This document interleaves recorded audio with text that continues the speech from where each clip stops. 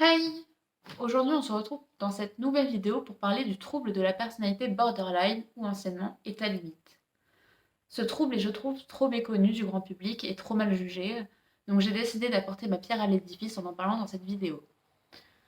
Je suis moi-même atteinte du trouble de la personnalité borderline, donc j'ai fait mon maximum pour réunir toutes mes sources, qui seront d'ailleurs en barre d'infos. Cette vidéo se composera en deux parties. La première partie, une partie théorique. Donc, qu'est-ce que le trouble borderline? Quels en sont les symptômes? Qui l'a découvert? Etc., etc. La deuxième partie sera une approche beaucoup plus pratique et psychologique, où j'aurai des invités qui viendront témoigner de leur borderline, de ce que ça fait de vivre avec un borderline ou comment ils en sont sortis.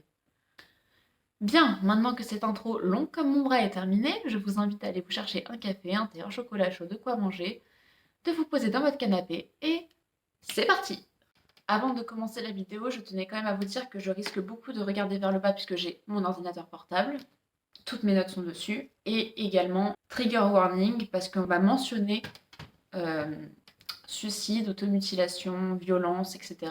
Donc trigger warning pour ceux qui ne veulent pas écouter. Le trouble de la personnalité borderline, dans cette vidéo on l'appellera souvent TPB, est un trouble psychiatrique touchant de 0,5 à 6% de la population mondiale. Il fait partie, tout comme le trouble de la personnalité schizoïde, trouble de la personnalité narcissique, trouble de la personnalité histrionique, des troubles de la personnalité. Environ 75% des personnes borderline se livrent à un acte d'automutilation ou de suicide, ce qui amène très souvent à une hospitalisation. De 15 à 40% des patients hospitalisés sont borderline. Les critères diagnostiques du TPB sont humeur très instable et réactive, difficulté à contrôler sa colère, impulsivité, comportement suicidaire, automutilation, sentiment chronique de vide et ou d'ennui, peur de l'abandon, relations instables et image de soi-même et des autres qui changent souvent. Il faut au moins 5 de ces 9 critères diagnostiques pour être considéré comme borderline.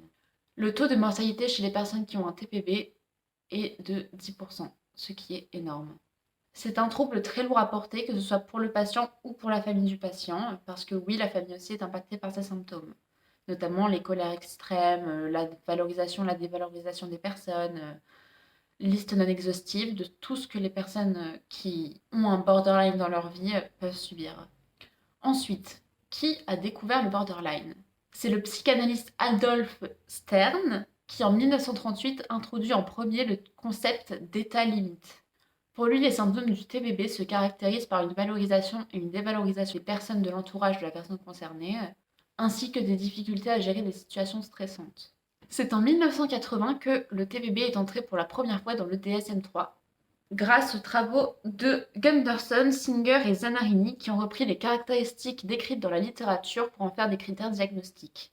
Premièrement au nombre de 6 dans le DSM-3, puis au nombre de 9 dans le DSM-5. Au début, on pensait que le borderline était à la limite entre la psychose et la névrose. C'est pour ça le concept d'état limite, à la limite de. Mais en fait, au fur et à mesure du temps, on se rend compte que le trouble borderline ressemble beaucoup à d'autres troubles et ferait peut-être partie du spectre du trouble bipolaire. Voilà, c'est une théorie. Mais ça, on en reparlera tout à l'heure. Cause, diagnostic et borderline dans le temps. Certaines personnes peuvent avoir une tendance à mal réagir au stress, aux situations stressantes, aux angoisses, etc. Ce qui les rend plus susceptibles d'avoir ce trouble. Ce trouble a tendance à toucher les personnes d'une même famille, ce qui indiquerait peut-être un petit truc de génétique dedans et d'hérédité.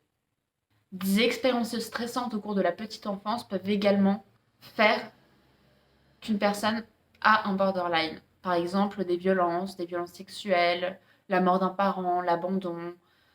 Euh, Toutes ces situations qui peuvent être stressantes pour un enfant peuvent causer un trouble de la personnalité borderline dans l'avenir. Il n'existe pas de traitement pour le borderline, bien que des neuroleptiques, des antidépresseurs et des anxiolytiques soient prescrits par beaucoup de psychiatres pour alléger un petit peu les symptômes. Tous ces éléments font que le TPB est un trouble difficile à traiter. Mais il existe quand même 4 types de psychothérapie qui peuvent être intéressantes pour les personnes atteintes de ce trouble. On a notamment en premier la thérapie comportementale dialectique de Linehan. Linehan, je ne sais pas comment ça se dit.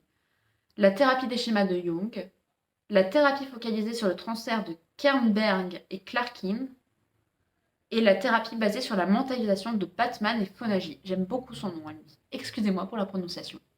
Mais si vous voulez, je vous ferai une vidéo plus précise et détaillée sur ces types de psychothérapie-là, si vous en ressentez le besoin, que vous êtes borderline et que vous avez besoin d'un peu plus d'informations, et que vous avez la flemme d'aller les chercher, je le ferai pour vous.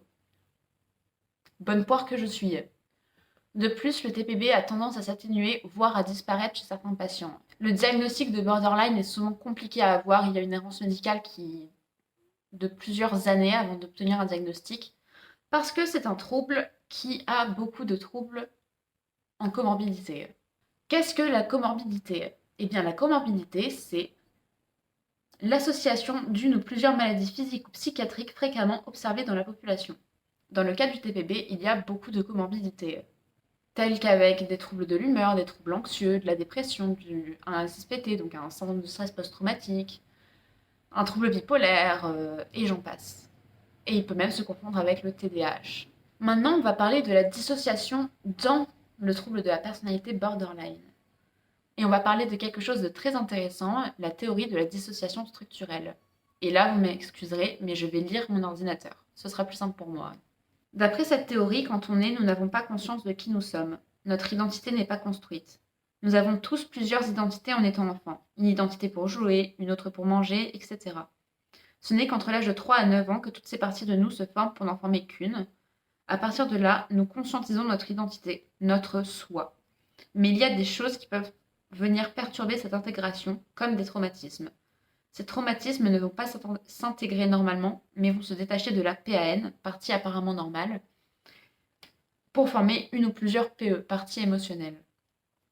C'est la dissociation structurelle secondaire, qu'on retrouve dans la TDS, dans le SSPT complexe par exemple. Donc, dans le TPP, il n'y a pas une identité, mais une PAN et plusieurs PE, ce qui voudrait dire qu'il y a des fragments, des fragmentations de l'identité, des identités qui ne sont pas formées et qui peuvent prendre le contrôle du corps dans des situations qui sont, par exemple, stressantes. Voilà. C'est une théorie, elle ne fait pas consensus chez tous les scientifiques, mais je trouvais ça très intéressant d'en parler. Pour conclure, le trouble borderline est un trouble qui est difficile, que ce soit pour les parents, pour les proches ou pour le patient qui en est atteint. Il ne faut pas minimiser la souffrance des personnes atteintes et il faut les épauler, les soutenir, montrer que vous êtes là et les accompagner du mieux que vous pouvez. Si vous avez des questions, n'hésitez surtout pas à les poser dans les commentaires, j'y répondrai avec grand plaisir et ça me servira pour ma deuxième vidéo sur le trouble borderline avec mes invités. Sur ce, je vous dis au revoir et à bientôt dans une prochaine vidéo. Salut!